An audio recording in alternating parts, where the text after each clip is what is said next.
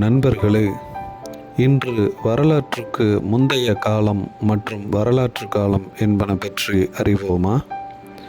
வரலாறு என்பதற்கான ஆங்கில வார்த்தை ஹிஸ்டரி எனப்படுகிறது. இந்த வார்த்தை கிரேக்கத்தின் ஹிஸ்டோரியா என்ற வார்த்தையிலிருந்து வந்ததாகும். இதன் பொருள் விசாரணை, அதாவது விசாரணை மூலம் பெறப்பட்ட கடந்த காலத்தை பற்றிய அறிவு ஆகும். இந்த வரலாற்றினை வரலாற்றுக்கு முந்தைய காலம், வரலாற்றுக்கு பிந்தைய காலம் மற்றும் வரலாற்று காலம் என பிரிக்கிறோம். எழுத்து வடிவம் கண்டறியப்படுவதற்கு முன்பு நடந்த நிகழ்வுகள் வரலாற்றுக்கு முந்தைய காலமாக கருதப்படுகின்றன. இந்த காலத்தில் மனிதனின் வாழ்க்கை முறைகள், பழக்க வழக்கங்கள் போன்றவற்றை தொல்லியல் சான்றுகளின் மூலம் மட்டுமே அறிய முடிகிறது. இந்தியாவில் வரலாற்றுக்கு முந்தைய காலங்கள் அப்போது மக்களால் பயன்படுத்தப்பட்ட கருவிகளின்படி வெவ்வேறு காலகட்டங்களாகவும் பிரிக்கும் வழக்கம் உள்ளது. இதன்படி பழைய கற்காலம், மெசோலித்திக் காலம், புதிய கற்காலம், சாக்கோலித்திக் காலம், இரும்பு காலம் என்றெல்லாம் ஆய்வாளர்களால் பிரித்துணரப்படுகிறது. இந்த காலகட்டத்திற்கான முக்கிய தகவல் ஆதாரம் தொல்பொருள் அகழ்வாராய்ச்சிகள் மூலம் கிடைக்கப்பெற்ற சான்றுகள் ஆகும். இந்தியாவில் பல்லாவரம் என்ற இடத்தில் கைக்கோடரியை தொல்பொருள் ஆராய்ச்சியாளர் ராபர்ட் ப்ரூஸ்ஃபுட் கண்டுபிடித்தார். புவியியல் வயது, கற்கருவிகளின் வகை, தொழில்நுட்பம் மற்றும் வாழ்வாதாரம் ஆகியவற்றின் அடிப்படையில் இந்திய கற்காலம் 3 வகைகளாக வகைப்படுத்தப்பட்டுள்ளன. இதன்படி பழைய கற்காலம், மெசோலித்திக் காலம், புதிய கற்காலம். பாலியோலித்திக் என்ற சொல் கிரேக்க வார்த்தையான பாலியோ என்பதிலிருந்து பழைய என்றும், லித்திக் என்பது கற்கள் என்றும் குறிக்கப்படும். இம்மக்கள் நீக்ரிட்டோ இனத்தைச் சேர்ந்தவர்கள் என்று பரவலாக நம்பப்படுகிறது. மேலும் இவர்கள் திறந்த வெளி, நதி, பள்ளத்தாக்குகள், குகைகள் மற்றும் பாறை முகாம்களில் வாழ்ந்தனர்.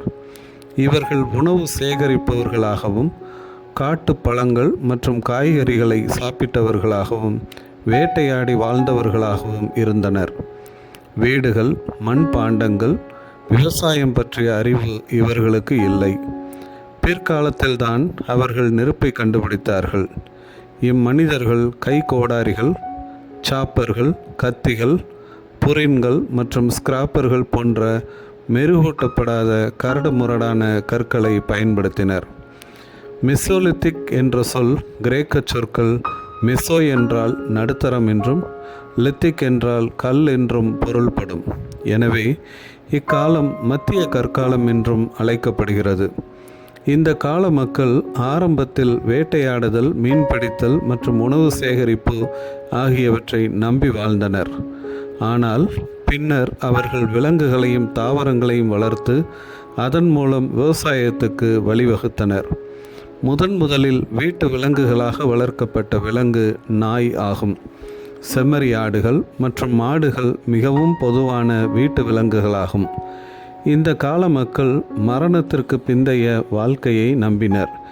எனவே அவர்கள் இறந்தவர்களுடன் உணவுப் பொருட்கள் மற்றும் பிற பொருட்களுடன் அடக்கம் செய்தனர்.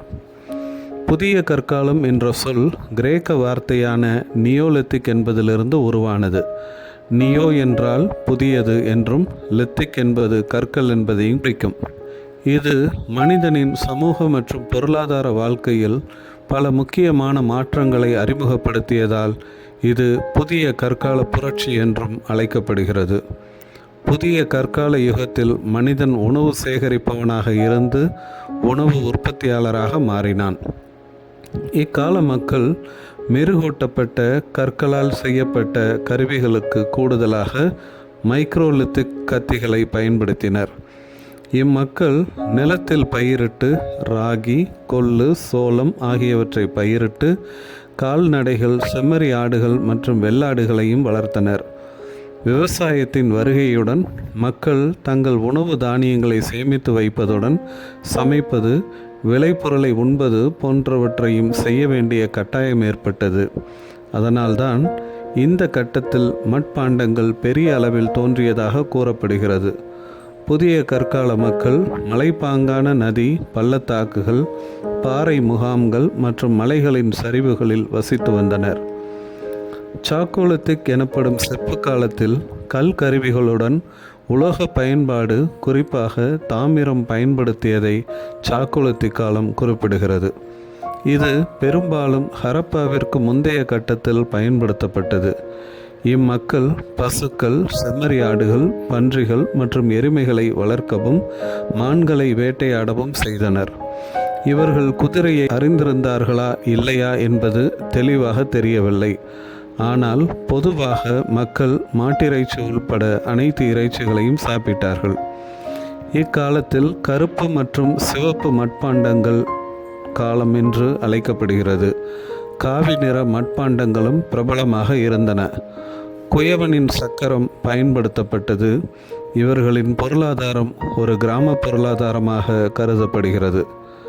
இரும்பு காலம் இரும்பின் பயன்பாடு கண்டறியப்பட்டு அது பயன்படுத்தப்பட்ட காலமாகவும், தொடர்ச்சியாக மற்ற உலோகங்களின் பயன்பாடு அடிப்படையில் அவற்றின் காலமாகவும் குறிப்பிடப்படுகின்றன. நன்றி. தொடர்ந்து இணைந்திருப்போம். லைக் பண்ணுங்கள், ஷேர் பண்ணுங்கள். புதிய காணொளிகளை பெற சப்ஸ்கிரைப் பண்ணுங்கள்.